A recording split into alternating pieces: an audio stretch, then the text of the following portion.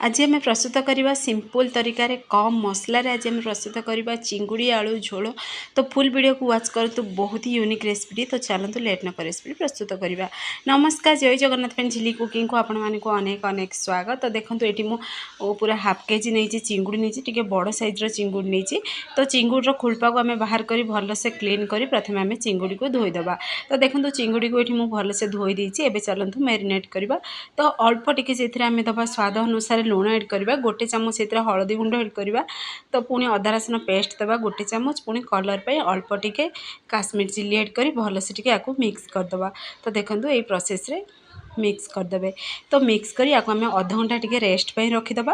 तो अध घंटा पर तो चलतु एबे आम प्रस्तुत करवा। तो प्रथम गोटे ये पेन नहीं गोटे बड़ पेन नहीं। तो ये चलतु से एड करवा रिफाइन तेल। तेल को प्रथम आम टिके गरम हवा दबा कर पूरा चारि साइड आम पूरा स्प्रेड करदे तेल को। तेल पूरा गरम हो सारा पर आम से एड करवा चिंगुड़ी को। तो देखो ये प्रोसेस रे पूरा चिंगुड़ी को एड करी पूरा मीडियम फ्लेम रे आकु चिंगुड़ी प्रथम आम टिके कलर टिके चेंज है पर्यंत टिके फ्राई करवा। तो देखो यही प्रोसेस पर्यंत चिंगुड़ी के आपण मैंने फ्राई करेंगे। तो आपण मैंने चाहिए आपको डायरेक्ट भी मैरिनेट करी बनई पारे। किंतु देखिए टिके जदि फ्राई करी बनइबे ना तार टेस्ट ही तार बढ़ी जाए। तो देखो केते सुंदर पूरा कलर भी आसी चिंगुड़ी आमर परफेक्टली पूरा फ्राई भी हो सारी। तो ये प्रोसेस पर्यंत फ्राई करेंगे। सेम प्रोसेस ना सबू चिंगुड़ी को फ्राई कर बाहर करदे। तो देखो आउ गोटे स्टेप भी आम चिंगुड़ी फ्राई बनिकी रेडी हो सारा। तो ये चलते पुणी थर आम से प्लेट को ही बाहर करदे। तो देखो यही प्रोसेस भी आपण मैंने आपरे चाट मसला एड कर खाई पारे। तो ये देखो गोटे पूरा आलूर मु चोपा को बाहर करी। तो कंचा आलू ये नहीं आपण मैंने चाहिए सीजा आलू भी बनई पारे। तो देखो आलू भी आमर परफेक्टली पूरा सीझी भी गलानी पूरा 80% ही आलू को फ्राई करेंगे। तो हल्का टी गोल्डन कलर आसीगला गोटे प्लेट को आम बाहर करदे। तो देखो से कड़े ही अल्प टिके तेल अच्छे से आम दबा पतला पतला पीसेस कटिंग होता गोटे बड़ साइज पियाज को कटिंग कर एड कर पियाज को आम फ्राए होगा दबा। तो देखो यही प्रोसेस सब पूरा मीडियम फ्लेम रे बनइबे। तो पियाज आमर पूरा फ्राए हो सारा से बड़ 2 चामच एड करवा अदा रसुण पेस्ट को एड कर पुणी थे करवा मिक्स। तो भलसे टिके कषि हवा दबा कंचा स्मेल अदा रसुण जीवा दबा। तो देखो यही प्रोसेस रे बनइबे पूरा सिंपल तरीका रे अधिक ए किसी मसला एड करनी। तो केवल ये आपको देखा मसला देखो ये अल्प टिके ही नहीं धनिया पाउडर जीरा पाउडर पुणी गरम मसला नहीं हलदी गुंड गोटे चामच काश्मीर रेड चिली नहीं गोटे चामच। आपण मैंने जदि राग खाया पसंद करती आपण मान पसंद अनुसार ये लंका गुंड एड करेंगे। तो मसला को से एड कर पुणी थे मिक्स करदे। ये हाफ गिना दही नहीं दही जगह आप टमाट भी एड करेंगे। किंतु देखिए दही जदि एड करेंगे तार टेक्सचर बहुत बढ़िया आसो और खाया भी टेस्टी लगे। तो दही को सब बेले फेंटिक ही ने। तो ये देखो गोटे मु पियाज को पूरा ब्राउन कलर कर फ्राए कर देती से पियाज पेस्ट से आम एड करदे। पियाज पेस्ट भी एड कर पुणी थे आपको करवा मिक्स। तो मसला को टिके आम भलसे कषि हवा दबा।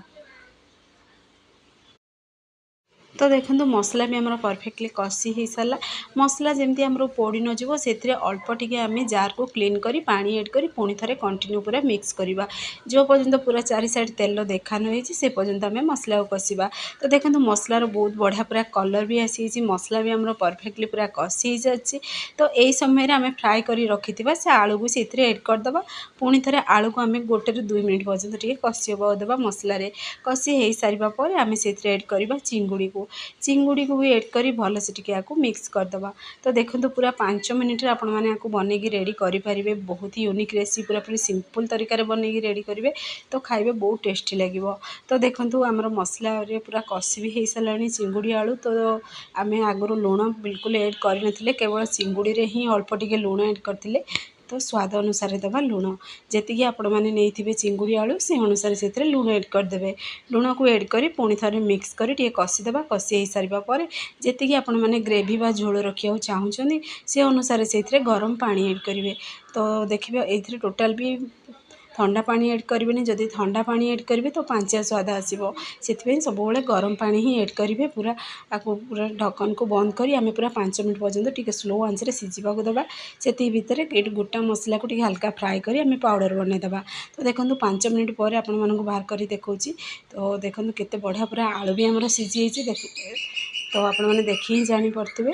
तो देखो परफेक्टली आमर ये बनी भी सारानी। तो ये चलतु लास्ट एड करवा ये गरम मसला। तो ये मो कुटा बा फ्रेश गुंड मसला बा गोटा मसला पाउडर एड करची। तो आपण मैंने चाहिए एड करेंगे ना स्किप भी करेंगे। तो ये भलसे टिके मिक्स करदे ये ढक्कन को टिके बंद करदे पूरा आपको गैस पैन को ऑफ कर टिके सेट हवा दबा। तो देखो फाइनाली आमर चिंगुड़ी रेसिपी पूरा प्रस्तुत भी हो सारानी। तो ये चलतु गोटे आम प्लेट को बाहर करदे। तो देखो केते पूरा यूनिक स्टाइल रे बनी। तो आपण मैंने घरे आपको निश्चय ट्राए करूँ। जदि आपण मानक वीडियोटी पसंद आसो ताहले सांग मानक शेयर करूँ लाइक करूँ। चैनल जदि नुआ अच्छा ताहले चैनल को मोर सब्सक्राइब कर दिंतु बेल आइकन क्लिक कर दिंतु जहाँफल मोर सब वीडियो नोटिफिकेशन प्रथमे आपण मानक पहुँचो। जदि फेसबुक पेज देखुं ताहले मोर फेसबुक पेज को फॉलो करूँ।